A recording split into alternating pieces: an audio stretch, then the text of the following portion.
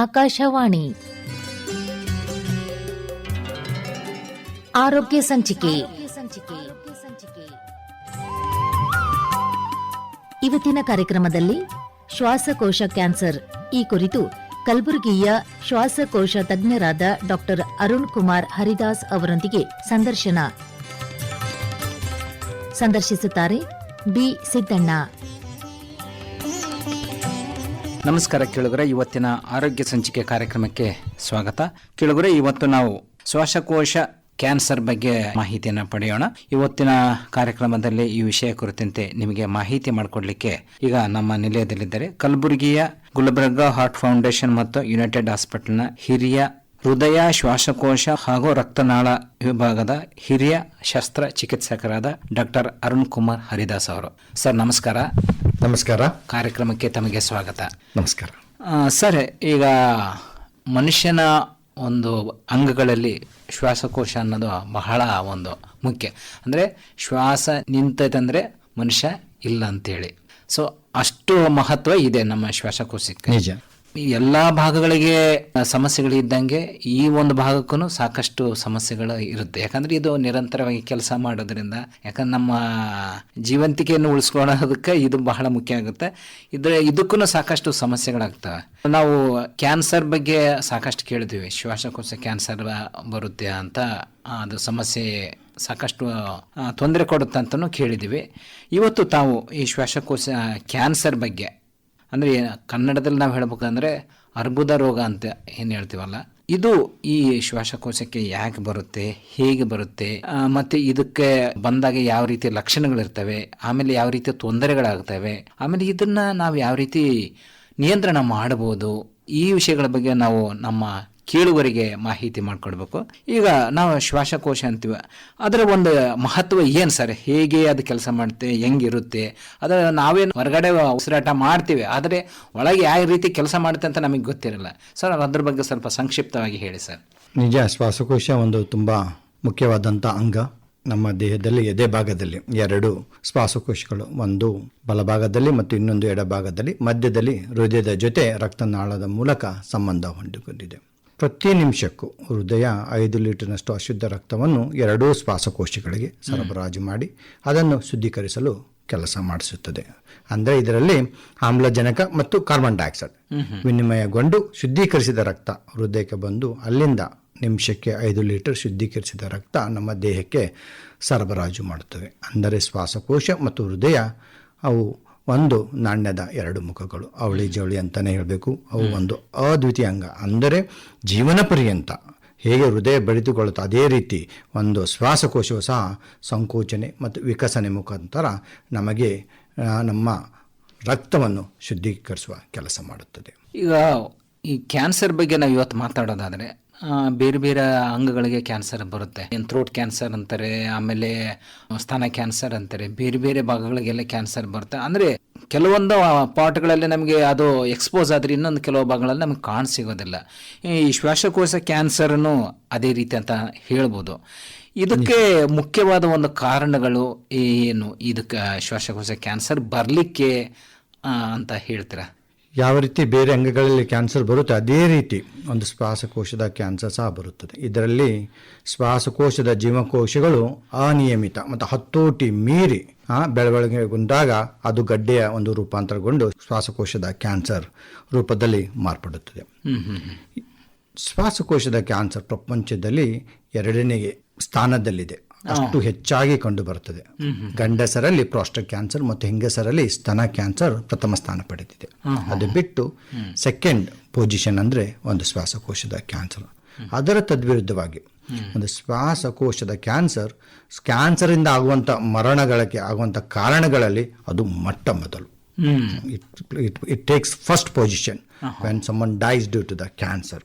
ಅಷ್ಟು ಮಟ್ಟಿಗೆ ತುಂಬ ಒಂದು ಗಂಭೀರವಾದಂಥ ಒಂದು ಕಾಯಿಲೆ ಇದು. ಅದಕ್ಕೆ ಈ ಶ್ವಾಸಕೋಶದ ಕ್ಯಾನ್ಸರ್ ಬರಲು ನಾನಾ ಕಾರಣಗಳು. ಮುಖ್ಯವಾಗಿ ಒಂದು 80% ಜನರಲ್ಲಿ ಈ ಧೂಮಪಾನ ಶ್ವಾಸಕೋಶದ ಕ್ಯಾನ್ಸರ್ಗೆ ಕಾರಣ ಅಂತ. ಅಂದ್ರೆ ಉಸಿರಾಟದಿಂದ ಅದು ನಾವು ಧೂಮಪಾನ ಜೀವನ ಪರ್ಯಂತ ಅವರು ಧೂಮಪಾನ ಮಾಡಿದವರಲ್ಲಿ 80% ಜನಗಳಿಗೆ ಇದು ಒಂದು ಶ್ವಾಸಕೋಶದ ಕ್ಯಾನ್ಸರ್ ಬರುತ್ತದೆ.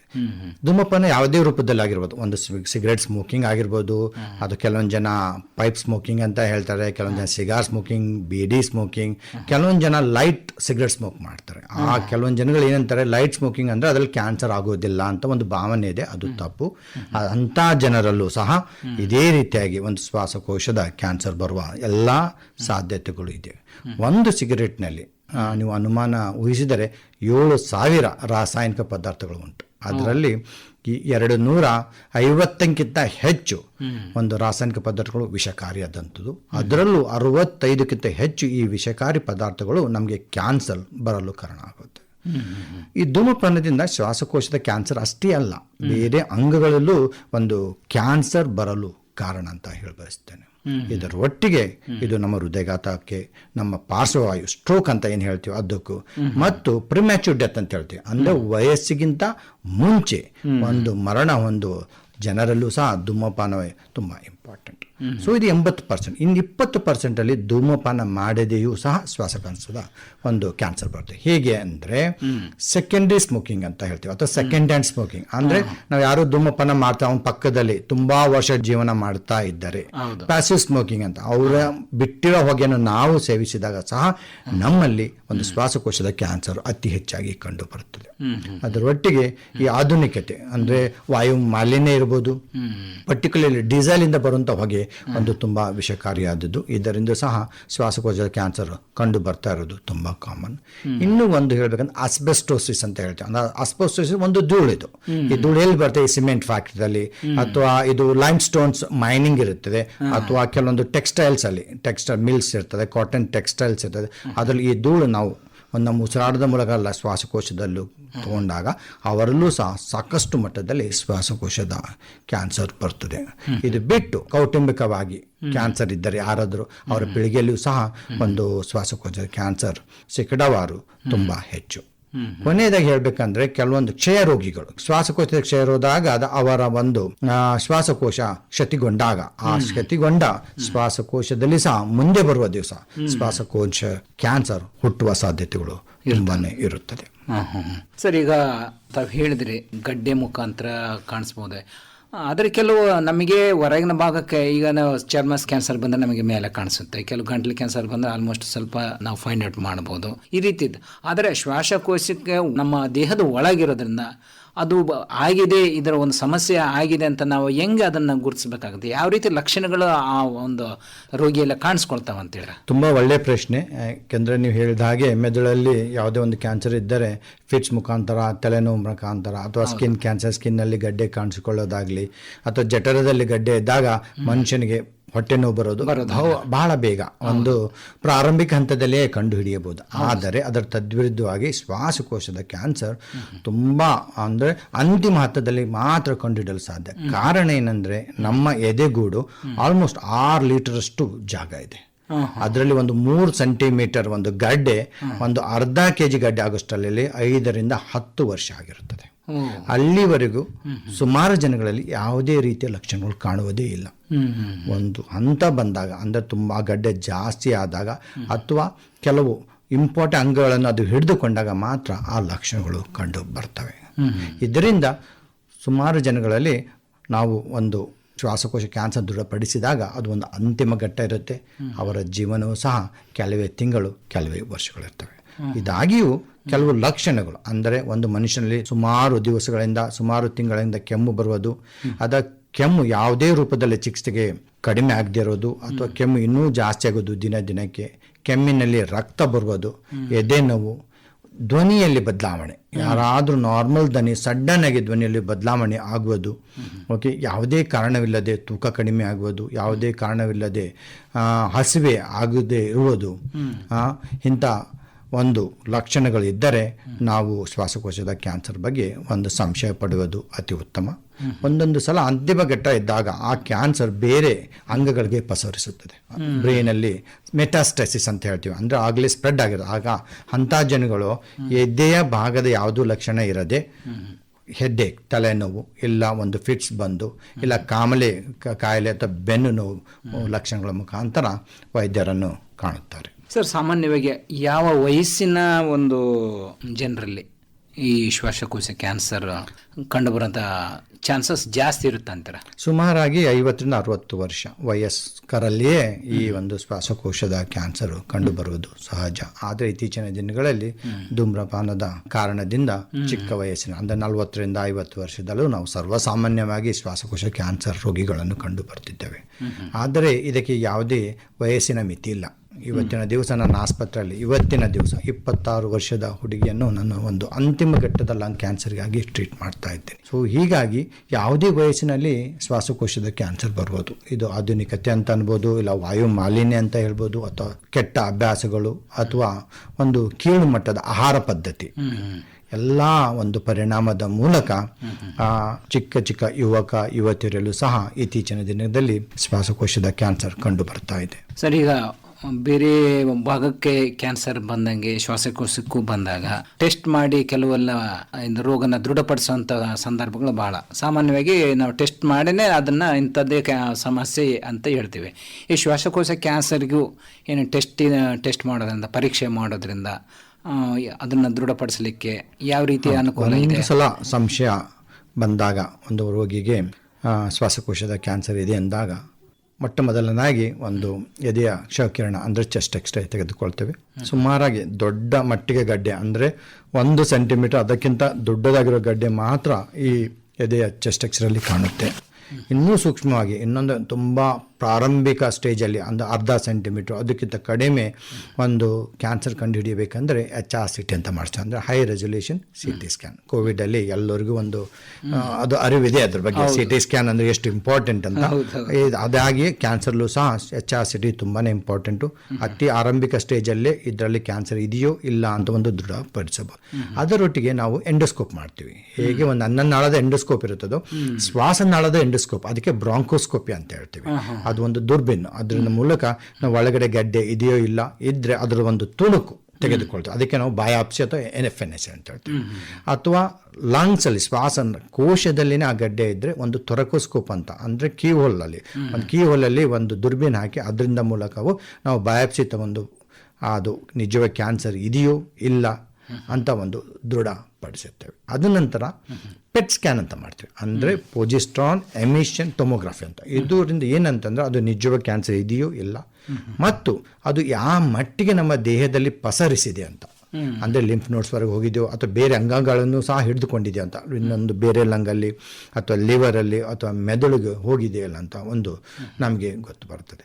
ಸೊ ಇವೆಲ್ಲ ದೃಢೀಕರಣ ಪರೀಕ್ಷೆಯಿಂದ ನಮ್ಗೆ ಏನು ಗೊತ್ತಾಗ್ತದೆ ಅಂದರೆ ಈ ಮನುಷ್ಯನಿಗೆ ನಿಜವಾಗಿಯೂ ಒಂದು ಶ್ವಾಸಕೋಶ ಕ್ಯಾನ್ಸರ್ ಇದೆಯಾ, ಇದ್ದರೆ ಯಾವ ಒಂದು ಟೈಪ್ ಕ್ಯಾನ್ಸರ್ ಇದೆ, ಯಾವ ಹಂತದಲ್ಲಿ ಆ ಕ್ಯಾನ್ಸರ್ ಇದೆ, ಆ ಹಂತಕ್ಕೆ ಯಾವ ರೀತಿ ಚಿಕಿತ್ಸೆ ಕೊಡ್ಬೋದು, ಆ ಚಿಕಿತ್ಸೆ ಕೊಟ್ಟಾದ ಮೇಲೆ ಅವನ ಜೀವನ ಹೇಗೆ ಇರುತ್ತದೆ ಅಂತ ನಾವು ಒಂದು ದೃಢಪಡಿಸಲು ಸಹಾಯವಾಗುತ್ತದೆ. ಸರ್, ತಾವು ಹೇಳ್ದಂಗೆ ಯಾವ ಟೈಪ್ ಕ್ಯಾನ್ಸರ್ ಇದೆ ಅಂತ ನಾವು ಫೈಂಡ್ ಔಟ್ ಮಾಡ್ತೀವಿ ಅಂದ್ರಲ್ಲ, ಅಂದರೆ ಶ್ವಾಸಕೋಶಕ್ಕೂ ಕ್ಯಾನ್ಸರ್ ಬರೋದ್ರಲ್ಲಿ ಬೇರೆ ಬೇರೆ ವಿಧಗಳಿದಾವ? ನಿಜ, ಶ್ವಾಸಕೋಶದಲ್ಲಿ ವಿವಿಧ ರೂಪದ ಒಂದು ಕ್ಯಾನ್ಸರ್ಗಳು ಬರುತ್ತವೆ. ಮುಖ್ಯವಾಗಿ 2, ಅಂದರೆ ಒಂದು ಸಣ್ಣ ಜೀವಕೋಶ ಶ್ವಾಸಕೋಶದ ಕ್ಯಾನ್ಸರ್ ಅಂತ, ಅಂದರೆ ಇಂಗ್ಲೀಷಲ್ಲಿ ಸ್ಮಾಲ್ ಸೆಲ್ ಕಾರ್ಸಿನೋಮಾ ಅಂತ ಹೇಳ್ತೀವಿ. ಮತ್ತು ಇನ್ನೊಂದು ನಾನ್ ಸ್ಮಾಲ್ ಸೆಲ್ ಅಂದರೆ ದೊಡ್ಡ ಜೀವಕೋಶದ ಕ್ಯಾನ್ಸರ್ ಅಂತ. ಸ್ಮಾಲ್ ಸೆಲ್ ಕಾರ್ಸಿನೋಮಾ ತುಂಬ ನೊಟೋರಿಯಸ್, ಅಂದರೆ ಅದು ಡಯಾಗ್ನೋಸ್ ಮಾಡಿಷ್ಟಲ್ಲೇ ಅವಾಗಲೇ ಎಲ್ಲ ಕಡೆಯನ್ನು ಪಸರಿಸುತ್ತದೆ. ಇಂಥ ಜನಗಳು ಶಸ್ತ್ರಚಿಕಿತ್ಸೆ ಮೂಲಕ ಯಾವುದೇ ರೀತಿಯ ಒಂದು ಟ್ರೀಟ್ಮೆಂಟ್ ಕೊಡೋಕ್ಕೆ ಸಾಧ್ಯನೇ ಇಲ್ಲ. ಈ ಜನ ಓನ್ಲಿ 1% ಆಫ್ ಈ ಪಾಪ್ಯುಲೇಷನ್ ಸ್ಮಾಲ್ ಸೆಲ್ ಕಾರ್ಸಿನೋಮಾ ಇರೋವಂಥ ರೋಗಿಗಳು 1% 5 ವರ್ಷ ಬದುಕಿರೋಕ್ಕೆ ಸಾಧ್ಯ. 85ರಿಂದ 90% ಜನಗಳು 1 ವರ್ಷದಲ್ಲಿ ಮರಣ ಹೊಂದುತ್ತಾರೆ. ಅದರ ತದ್ವಿರುದ್ಧವಾಗಿ ನಾನ್ ಸ್ಮಾಲ್ ಸೆಲ್ ಕಾರ್ಸಿನೋಮಾ ಅಂತ ಹೇಳ್ತೀವಿ. ಇದರಲ್ಲಿ 3 ಥರ ಇರ್ತವೆ, ಸ್ಕ್ವಾಮಸ್ ಸೆಲ್ ಕಾರ್ಸಿನೋಮಾ ಅಂತ, ಅಡಿನೋ ಕಾರ್ಸಿನೋಮಾ ಅಂತ, ಮತ್ತು ಲಾರ್ಜ್ ಸೆಲ್ ಕಾರ್ಸಿನೋಮಾ. ಇವು ಒಂದು ಮಟ್ಟಿಗೆ ತುಂಬ ನಿಧಾನಗತಿಯಲ್ಲಿ ಬೆಳೆಯುವ ಕ್ಯಾನ್ಸರ್ಗಳು. So most of the time ಇವು ಒಂದು ಶಸ್ತ್ರಚಿಕಿತ್ಸೆಗೆ ಅನುಕೂಲವಾದಂಥ ಒಂದು ಗಡ್ಡೆಗಳು. ಈ ಗಡ್ಡೆಗಳು ನಾವು ಕಂಪ್ಲೀಟಾಗಿ ತೆಗೆದರೆ ಈ ರೋಗಿಗಳು ಅರೌಂಡ್ 20ರಿಂದ 25% ಜನರು 5 ವರ್ಷ ಬದುಕಿರ್ತಾರೆ.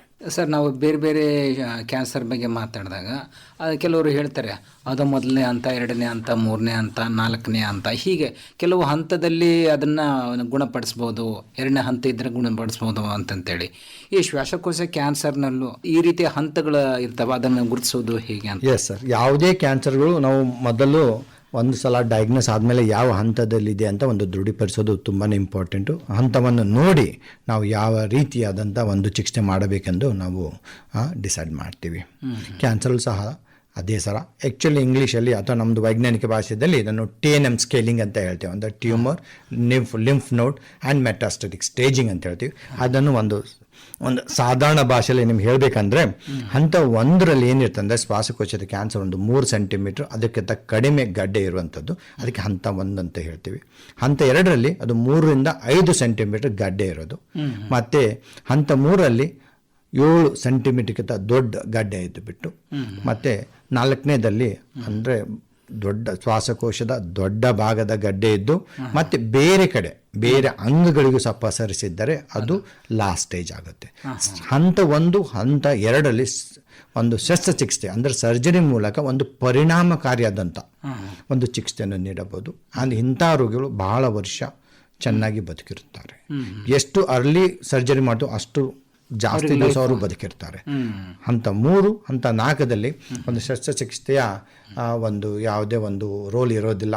ಅವಾಗ ನಾವು ಕೀಮೋಥೆರಪಿ ಅಂತ ಕೇಳಿರ್ಬೋದು, ರೇಡಿಯೇಷನ್ ಥೆರಪಿ, ಆ ವಿವಿಧ ರೀತಿದು ಟ್ರೀಟ್ಮೆಂಟ್ ಕೊಟ್ಟು ಎಷ್ಟು ದಿವಸ ಅವರನ್ನು ಬದುಕಿಸೋಕ್ಕೆ ಸಾಧ್ಯನೋ ಅಷ್ಟು ಬದುಕಿಸೋಕ್ಕೆ ಮಾತ್ರ ಸಾಧ್ಯ ಇರುತ್ತೆ. ಸರ್, ಈಗ ಒಬ್ಬ ರೋಗಿ ತನಗೆ ಈ ಶ್ವಾಸಕೋಶದ ಕ್ಯಾನ್ಸರ್ ಇದೆ ಅಂದಾಗ ಒಂದು ಆಯ್ಕೆ ಅಂದರೆ ಅವನ ಚಿಕಿತ್ಸೆಯ ಆಯ್ಕೆಗಳು ಹೇಗಿರ್ತವೆ ಅಂತ? ಚಿಕಿತ್ಸೆ ಬೇಸ್ಡ್ ಆನ್ ಹಂತಗಳು, ಯಾವ ಸ್ಟೇಜಲ್ಲಿದೆ ಆ ಕ್ಯಾನ್ಸರ್, ಅದ್ರ ಮುಖಾಂತರವೇ ನಾವು ಚಿಕಿತ್ಸೆಯನ್ನು ಒಂದು ಮಾರ್ಪಾಡ ಮಾಡುತ್ತೇವೆ. ಹಂತ 1, ಹಂತ 2ರಲ್ಲಿ ಇವಾಗಲೇ ಹೇಳ್ದಂಗೆ ಶಸ್ತ್ರಚಿಕಿತ್ಸೆ ಮಾತ್ರ ಒಂದು ಪರಿಣಾಮಕಾರಿಯಾದಂಥ ಒಂದು ಚಿಕಿತ್ಸೆ ಅಂತ ಹೇಳ್ಬೋದು. ಇದು ಮೋಸ್ಟ್ ಆಫ್ ದ ಟೈಮ್ ಶ್ವಾಸಕೋಶದ ಕ್ಯಾನ್ಸರ್ಲಿ ಥೊರಾಸಿಕ್ ಸರ್ಜನ್ ಅಂದರೆ ಲಂಗ್ ಸರ್ಜನ್ ಇದನ್ನು ಆಪರೇಟ್ ಮಾಡ್ತಾನೆ. ಯಾಕೆಂದರೆ ಹೃದಯ ಮತ್ತು ಶ್ವಾಸಕೋಶಗಳು ಅಂಗಗಳು ತುಂಬ ಸೂಕ್ಷ್ಮವಾದದ್ದು, ಅದಕ್ಕೆ ಒಂದು ಪರಿಣಿತಿ ಬೇಕು ಈ ರೀತಿ ಒಂದು ಶಸ್ತ್ರಚಿಕಿತ್ಸೆ ಮಾಡೋಕ್ಕೆ. ಅದು ಬಿಟ್ಟು ಅದರೊಟ್ಟಿಗೆ ಒಂದು ಸಪೋರ್ಟಿವ್ ಟ್ರೀಟ್ಮೆಂಟ್ ಅಂತ ಕೊಡ್ತೀವಿ. ಅಂದರೆ ಕೀಮೋಥೆರಪಿ, ಯಾವುದೋ ರಾಸಾಯನಿಕ ಔಷಧ ಮತ್ತು ವಿಕಿರಣ ಥೆರಪಿ ಚಿಕಿತ್ಸೆ, ಅದರಲ್ಲಿ ರೇಡಿಯೇಷನ್ ಥೆರಪಿ, ಇವು ಒಂಥರ ಸಪೋರ್ಟಿವ್ ಟ್ರೀಟ್ಮೆಂಟ್ ಆಗಿ ಕೆಲಸ ಮಾಡ್ತವೆ. ಯಾವುದೇ ರೀತಿಯಿಂದ ಶಸ್ತ್ರಚಿಕಿತ್ಸೆ ಬಿಟ್ಟಾಗ ನಾವು ಕೀಮೋಥೆರಪಿಯಿಂದ, ರೇಡಿಯೇಷನ್ ಥೆರಪಿಯಿಂದ ಗಡ್ಡೆಯನ್ನು ಹೋಗಲಾಡಿಸಲು ಸಾಧ್ಯವೇ ಇಲ್ಲ. ಕೀಮೋಥೆರಪಿ, ರೇಡಿಯೇಷನ್ ಕೊಡುವ ಕಾರಣ ಸರ್ಜರಿ ಆದಮೇಲೆ ಕಣ್ಣಿಗೆ ಕಾಣದಂತಿರುವ ಕ್ಯಾನ್ಸರ್ ಜೀವಕೋಶಗಳನ್ನು ಕೊಲ್ಲಲು. ಇನ್ ಕೇಸ್ ಸ್ವಲ್ಪ ದಿವಸಗಳು ಮತ್ತೆ ವಾಪಸ್ ಆ ಕ್ಯಾನ್ಸರ್ ಬರೋಕ್ಕೆ ಪ್ರಯತ್ನ ಮಾಡಿದರೆ ಆವಾಗ ಕೀಮೋಥೆರಪಿ ಮತ್ತು ರೇಡಿಯೇಷನ್ ಕೊಟ್ಟು ಅದನ್ನು ಹೋಗಲಾಡಿಸುತ್ತೇವೆ. ಇನ್ ಕೇಸ್ ಅಂದರೆ ಒಂದು ತುಂಬ ವಯಸ್ಸಾಗಿದೆ, ಸರ್ಜರಿಗೆ ಫಿಟ್ ಇಲ್ಲ, ಅಥವಾ ಹಂತ 3, ಹಂತ 4ದಲ್ಲಿ ಒಂದು ಶಸ್ತ್ರಚಿಕಿತ್ಸೆಗೆ ಯಾವುದೇ ಒಂದು ರೋಲ್ ಇಲ್ಲ ಅಂದಾಗ ನಾವು ರೇಡಿಯೇಷನ್ ಮತ್ತು ಕೀಮೋಥೆರಪಿ ಕೊಟ್ಟು ಆ ಗಡ್ಡೆಯನ್ನು ಕರಗಿಸಲು ಪ್ರಯತ್ನ ಮಾಡುತ್ತೇವೆ. ಆದರೆ ಅದು ಕಂಪ್ಲೀಟ್ ಆಗಿ ಹೋಗೋಕ್ಕೆ ಸಾಧ್ಯ ಇಲ್ಲ. ಅದರೊಟ್ಟಿಗೆ ಇತ್ತೀಚೆಗೆ ಆಧುನಿಕ ಒಂದು ಚಿಕಿತ್ಸೆಗಳು ಬಂದಿವೆ. ಅಂದರೆ ಸೆಲ್ ಟಾರ್ಗೆಟೆಡ್ ಕೀಮೋಥೆರಪಿ ಅಂತ ಹೇಳ್ಬಿಟ್ಟು, ಅಂದರೆ ಆ ಜೀವಕೋಶಗಳನ್ನು ನಾಮಕರಣ ಮಾಡಿ ಆ ನಾಮಕರಣಕ್ಕೆ ಎಂಥ ಬೇಗ ರಾಸಾಯನಿಕ ಇಂಜೆಕ್ಷನ್ ಕೊಟ್ಟು ಆ ಜೀವಕೋಶ ಕೊಲ್ಲಲು ಒಂದು ಪ್ರಯತ್ನ ಮಾಡುತ್ತೇವೆ.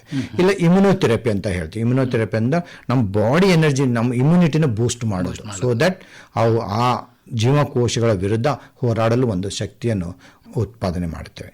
ಓವರಾಲ್ ಹೇಳಬೇಕಂದ್ರೆ ನಾವೊಂದು ಶಸ್ತ್ರಚಿಕಿತ್ಸೆ ಪ್ಲಸ್ ಕೀಮೋಥೆರಪಿ, ರೇಡಿಯೇಷನ್, ಇಮ್ಯುನೋಥೆರಪಿ ಇವೆಲ್ಲ ಒಟ್ಟಾರೆ ಎಲ್ಲನ್ನು ತಗೊಂಡು ಒಂದು ಕಾಂಬಿನೇಷನಲ್ಲಿ ಎಲ್ಲ ಪೇಷಂಟ್ಗೂ ಉಪಯೋಗಿಸಿ ಅತಿ ಹೆಚ್ಚಾಗಿ ಅವರ ಜೀವನ ಮಾಡಲು ಒಂದು ಸಹಾಯ ಮಾಡುತ್ತವೆ. ಸರ್, ಇದುವರೆಗೂ ತಾವು ಏನು ಹೇಳಿದ್ರೆ ಶ್ವಾಸಕೋಶ ಕ್ಯಾನ್ಸರ್ಗೆ ಲಕ್ಷಣಗಳು, ಕಾರಣಗಳು ಮತ್ತು ಒಂದು ಚಿಕಿತ್ಸೆ ಎಲ್ಲ ಮಾತಾಡಿದ್ದೀವಿ. ಆದರೆ ನಾವು ಹೇಳ್ತೀವಿ ಕಾಯಿಲೆ ಬಂದ ಮೇಲೆ ಹೋರಾಡೋದಕ್ಕಿಂತ ಕಾಯಿಲೆ ಬರಲಾರ್ದಂಗೆ ನೋಡ್ಕೊಳ್ಳೋದು ಬಹಳ ಮುಖ್ಯ ಅಂತಂತೇಳಿ. ಈ ಶ್ವಾಸಕೋಶದ ಕ್ಯಾನ್ಸರ್ನ ಬರಲಾರ್ದಂಗೆ ತಡಿಲಿಕ್ಕೆ ಏನು ಮಾಡಿದ್ರೆ ಅದರಿಂದ ನಾವು ದೂರ ಇರಬಹುದಾ ಅಂತ ಹೇಳ್ತಾರೆ? ಆವಾಗಲೇ ಹೇಳ್ದೆ, 80% ಈ ಶ್ವಾಸಕೋಶದ ಕ್ಯಾನ್ಸರ್ಗಳಿಗೆ ಧೂಮಪಾನ ಮುಖ್ಯ ಕಾರಣ. ಆದ್ದರಿಂದ ಧೂಮಪಾನದಿಂದ ಯಾವುದೇ ರೀತಿಯ ಧೂಮಪಾನವನ್ನು ದೂರವಿರಬೇಕು.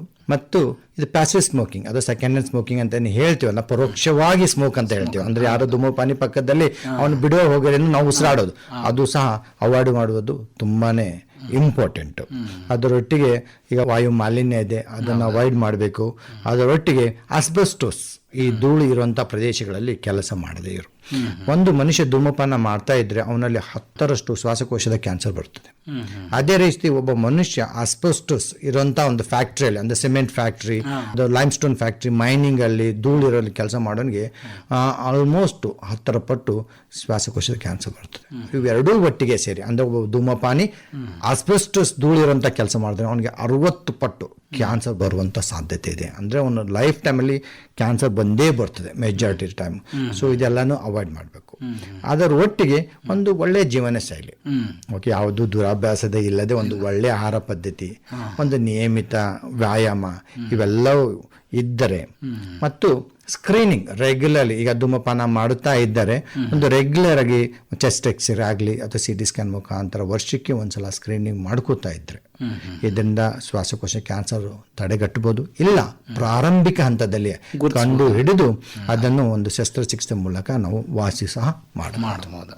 ಸರಿ, ಇತ್ತೀಚೆಗೆ ನಮ್ಮ ಆಕಾಶವಾಣಿ ಮತ್ತು ದೂರದರ್ಶನ ನಿರೂಪಕರಾಗಿದ್ದರು, ಸಾಕಷ್ಟು ಕಾರ್ಯಕ್ರಮಗಳಲ್ಲಿ ನಿರೂಪಣೆ ಮಾಡಿ ಹೆಸರು ಗಳಿಸಿದಂಥ ಮತ್ತು ಚಲನಚಿತ್ರ ಕಲಾವಿದೆ, ಆಮೇಲೆ ಕಿರಿತೆರೆ ಕಲಾವಿದೆ ಆದಂಥ ಅಪರ್ಣ ಅವರು ಈ ಶ್ವಾಸಕೋಶ ಕ್ಯಾನ್ಸರ್ನಿಂದ ಅವರು ನಿಧನರಾದರು. ಅಂಥವ್ರು, ಯಾಕಂದ್ರೆ ಅವರಿಗೆ ಸಾಕಷ್ಟು ಬುದ್ಧಿವಂತರು ಇರ್ತಾರೆ, ಸಾಕಷ್ಟು ಕಡೆ ತಿರುಗಾಡ್ತಿರ್ತಾರೆ, ಎಲ್ಲ ಕಾಂಟ್ಯಾಕ್ಟ್ ಇರ್ತಾರೆ, ಅವರಿಗೆ ಇದನ್ನ ಫೈಂಡ್ ಔಟ್ ಮಾಡೋಕ್ಕಾಗಿಲ್ಲ. ಇಂಥ ಒಂದು ಸಮಸ್ಯೆ ನಮ್ಮ ಶ್ವಾಸಕೋಶ ಕ್ಯಾನ್ಸರ್ ಅನ್ನೋದು ನಾವು ಗುರುತಿಸ್ಬೋದು. ನಿಜ, ಇದು ಒಂದು ದುರದೃಷ್ಟಕರ ಅಂತ ಹೇಳ್ಬೋದು. ಅಪರ್ಣವರ ಒಂದು ದೇಹಾಂತ ಶ್ವಾಸಕೋಶದ ಕ್ಯಾನ್ಸರಿಂದ ಆಗಿರೋದು. ಅದೇ ಮೊದಲು ಹೇಳಿದಂಗೆ ನಮ್ಮ ಶ್ವಾಸಕೋಶದ ಕ್ಯಾನ್ಸರಲ್ಲೂ ತುಂಬ ನಿಧಾನಗತಿ, ಅಂದರೆ ಅಂತಿಮ ಹಂತದಲ್ಲಿ ಮಾತ್ರ ನಮಗೆ ಕಂಡು ಬರ್ತಾ ಇದೆ. ತುಂಬ ಪ್ರಾರಂಭಿಕ ಹಂತದಲ್ಲಿ ಕಂಡಿರೋದು ತುಂಬಾನೇ ಕಷ್ಟ. ಕೊನೆಯದಾಗಿ ನಮ್ಮ ಕೇಳುಗರಿಗೆ ಈ ಶ್ವಾಸಕೋಶ ಕ್ಯಾನ್ಸರ್ ಬಗ್ಗೆ ಏನು ಕಿವಿ ಮಾತು ಹೇಳಲಿಕ್ಕೆ ಇಷ್ಟಪಡ್ತಾರೆ?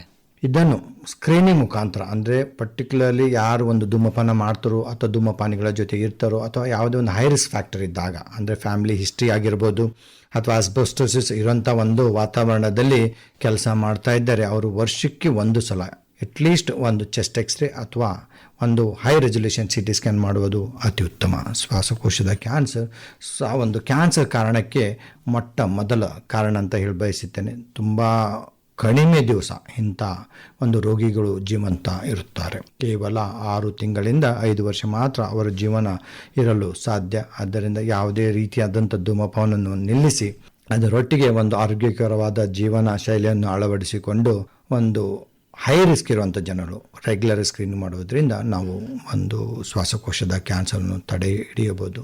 ಸಾಮಾನ್ಯ ಜನರಾಗಿರ್ಬೋದು ಅಥವಾ ಸೆಲೆಬ್ರಿಟಿ ಆಗಿರ್ಬೋದು, ಯಾವುದೇ ಒಂದು ಜೀವ ತುಂಬಾ ಮುಖ್ಯ. ಒಂದು ಶ್ವಾಸಕೋಶದ ಕ್ಯಾನ್ಸರ್ ಬಗ್ಗೆ ಅರಿವು ಮೂಡಿಸಿಕೊಂಡು ಅದರ ಪ್ರಕಾರ ನೀವು ಒಂದು ಜೀವನ ಶೈಲಿಯನ್ನು ನಡೆಸಬೇಕಂತ ನಾನು ಕೇಳ್ಕೊಳ್ತೀನಿ. ತುಂಬ ಧನ್ಯವಾದ ಸರ್. ಸಾಕಷ್ಟು ಮಾಹಿತಿಯನ್ನು ತಾವು ತಿಳಿಸ್ಕೊಟ್ರಿ. ಈ ಶ್ವಾಸಕೋಶ ಕ್ಯಾನ್ಸರ್ ಹೇಗೆ ಬರುತ್ತೆ, ಕಾರಣಗಳೇನು, ಲಕ್ಷಣಗಳೇನು, ಯಾವ ರೀತಿ ಒಂದು ಚಿಕಿತ್ಸೆ ಇದೆ, ಮತ್ತು ಅದನ್ನು ಬರಲಾರ್ದಂಗೆ ನಾವು ಒಂದು ಜೀವನ ಶೈಲಿಯನ್ನು ಯಾವ ರೀತಿ ರೂಪಿಸ್ಕೊಂಡ್ರೆ ಇಂಥ ಒಂದು ಸಮಸ್ಯೆಗಳಿಂದ ದೂರ ಇರ್ಬೋದು ಅನ್ನೋದ್ರ ಬಗ್ಗೆ ವಿವರವಾಗಿ ಮಾಹಿತಿ ಮಾಡಿಕೊಟ್ರಿ.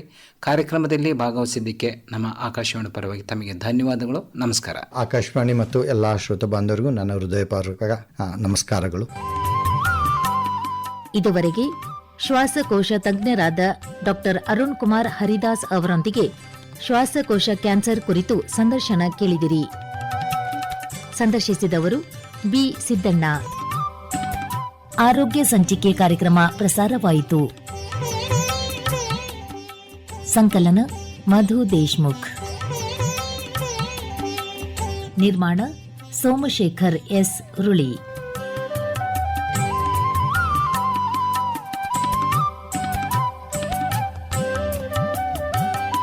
ಕಲಬುರಗಿ ಆಕಾಶವಾಣಿ ಕೇಂದ್ರದಲ್ಲಿ ಸಿದ್ಧಪಡಿಸಲಾದ ಈ ಕಾರ್ಯಕ್ರಮ ರಾಜ್ಯದ ಎಲ್ಲಾ ಬಾನುಲಿ ಕೇಂದ್ರಗಳಿಂದ ಏಕಕಾಲಕ್ಕೆ ಪ್ರಸಾರವಾಯಿತು.